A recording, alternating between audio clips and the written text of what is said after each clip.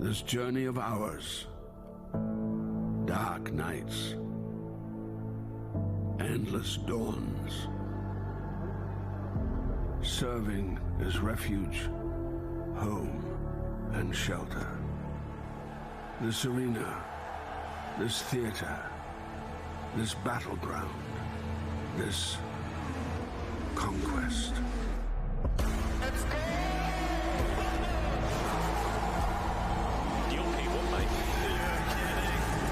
Hand me my robe, put on my crown.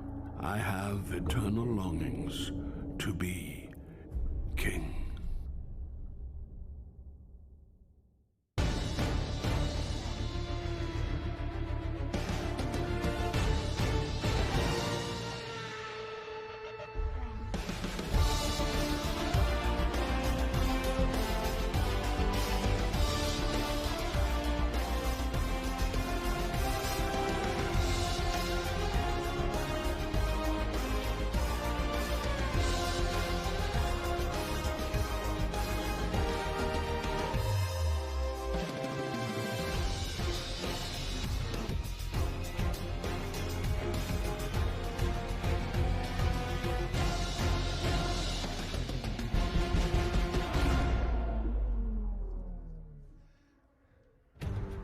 Let's get going then. The lights are on and it's almost time for action. Welcome along, ladies and gentlemen, to Formula One in 2023. It's the Bahrain Grand Prix, and in the top 5 on the grid, we got 2 bulls being chased down by a matador with a couple of prancing horses in between just to whet your appetite. We start here in the Kingdom of Bahrain for the 5th time in Formula One history for the opening race, and this is where we go throughout the rest of the Formula One season. We end up in Abu Dhabi, some 510 miles from here, but there's a lot of action to get through between now and then, including 57 laps tonight around this 3.36 mile circuit. Top speed of over 200 miles an hour, 15 turns, slight elevation changes, and a lap distance at full throttle for about 75% of your time. So where's the overtaking possibilities into turn 1 and 2? Expect some great battles down there. This was Verstappen and Leclerc last year. Verstappen and Leclerc could get quite close 12 months on as well. Through turns 5 and 6, remember Rosberg and Hamilton, that brilliant duel in the desert back in 2014, where the Silver Arrows gave us a golden performance on that particular occasion. And always beware into turn 10. It's a tricky little corner. Yuki Tsunoda on the inside of Lando Norris last year, plenty queuing up behind. Tsunoda making that look very smooth indeed. And Tsunoda, one of many rookies to score their first points in Formula One on this track. Here are the tyre compounds for tonight. C3, we'll see that in action. The C2, the medium, not favoured by the teams. The C1 is the hard tyre, and the team's saying that could be the favourite race tyre. And in a 2-stop race, Red Bull only have one set of a hard compound tyre to use. The cars are all lined up on the grid. This is how it looks, with Pierre Gasly on his Alpine debut, starting 20th alongside Nick de Vries, who was slowest overall in qualifying. Gasly had a lap time deleted. Oscar Piastri starts where Daniel Ricciardo did last year in 18th. Kevin Magnussen 10 places lower than he did 12 months ago. Logan Sargent on debut 16th. His teammate Alex Albon starts 15th. Yuki Tsunoda 14th, and Zhou Guan Yu starts 13th, only 3/100ths of a second behind his Alfa Romeo teammate Valtteri Bottas. Lando Norris here is 11th. McLaren not getting a car into Q3 for the 2nd year in a row here. Nico Hülkenberg's back and he's 10th. Esteban Ocon powered through to 9th, and ahead of them, Lance Stroll, after injury, giving his best start in Bahrain. He's 8th alongside Lewis Hamilton, his worst Q3 performance in 16 visits. George Russell's top 6 alongside Fernando Alonso, matching Aston Martin's best start in the new era of Formula One. It's an all-Ferrari second row. Carlos Sainz with Charles Leclerc, last year's race winner, ahead of him, and then an all-Red Bull front row. Sergio Perez and Max Verstappen, who between them in qualifying were the fastest and second fastest in every single sector. So here we go again then, and alongside me in the commentary box, still like a kid in a candy shop and approaching his 40th season in Formula One, the ever-youthful Martin Brundle. Hello, mate. Hello. Yeah, I was 6 when I started, but it's whiz pie, and I'm really looking forward to this evening. The cars look electric out there, the lights bring them to life especially, and, well, something that the Red Bull is going to run and hide.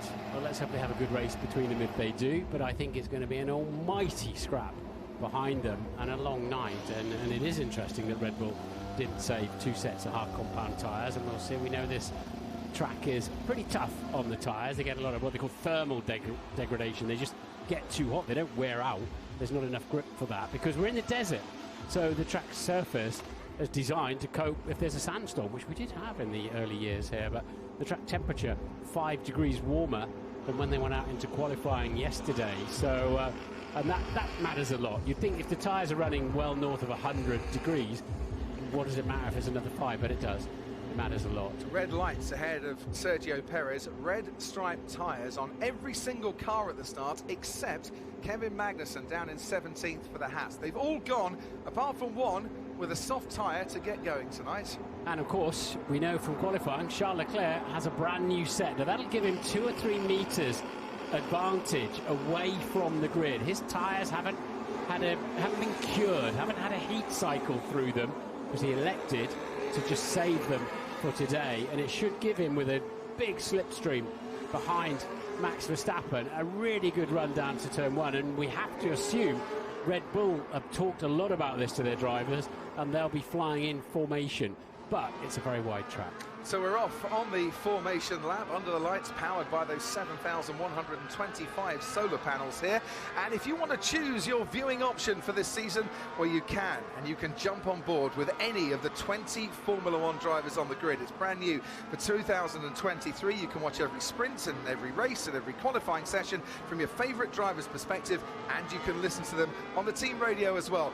Download the Sky Sports app and log in once with your Sky ID and head to the Sky Sports F1 channel to choose your driver. And if you're a Sky Q and a Sky Glass customer, you can access this via your remote control as well. And to help you get started, there's a little QR code as well.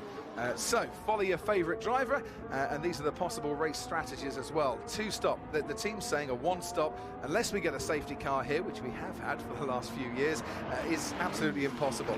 Starting tyre, soft for everyone bar Kevin Magnussen, and then it's hard soft, which Ferrari think Red Bull have the pace to do, or hard and hard, which most will be doing. And there's an Aston Martin off at the back there. Lance Stroll in turn 10, trying out his brakes, that tricky sort of going for it. They want as much grip in those slightly used tyres as they can get. Trouble with that, they can go as fast as they want, but behind them people can dictate the pace as well, and they might be sat on the grid for a little while longer than they want. Red Bull picking up where they left. He had picked up a bit of sand and dirt as he went onto the runoff area, and he was very, very careful not to go over the curb to come back on again. Yeah, and he wisely stayed away from those curbs, otherwise you can damage it underneath the car if you start straddling those. So those on the right-hand side of the grid will peel off as late as they can get away with, because it's very much down the left-hand side, the normal running line, whether it was Porsche Super Cup, F2, F3, and F1, of course. So that's what you'll see going on now. And they've got boards on the side with their numbers and their TLIs, their 3-letter identifiers, so they know where to park.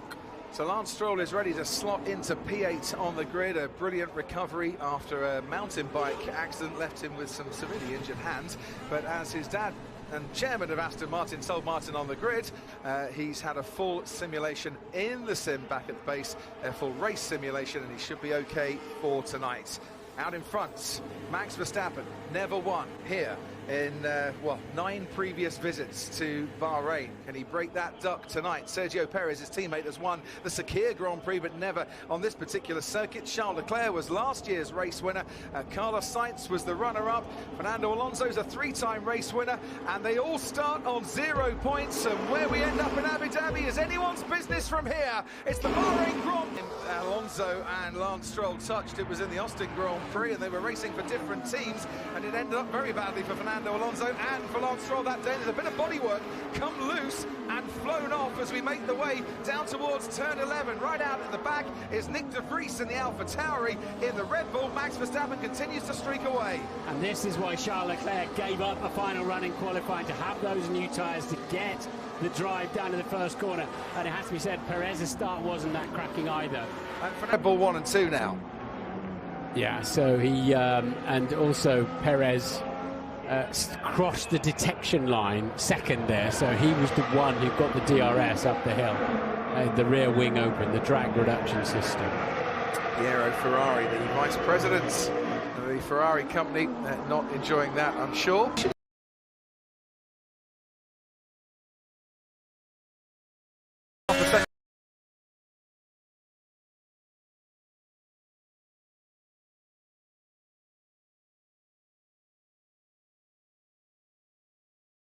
It is a busy weekend of sport across the network. And let's tell you about what we've got. We've got Liverpool against Manchester United. What a game that should be right now on Sky Sports Premier League. The Monday Night Football is the London derby between Brentford and Fulham. That's from 7 o'clock, same channel. Third one-day international between Bangladesh and England is Monday, 5:30 in the morning on Sky Sports Cricket. And final round of the Arnold Palmer Invitational, day 4, right now. That is over on Sky Sports Golf. Romain Grosjean stuck it on pole position for the opening race of the IndyCar season, the Firestone Grand Prix of St. Petersburg, from 5 o'clock on Sky Sports Action. Next up for us, race 2, back in the Middle East, Saudi Arabia.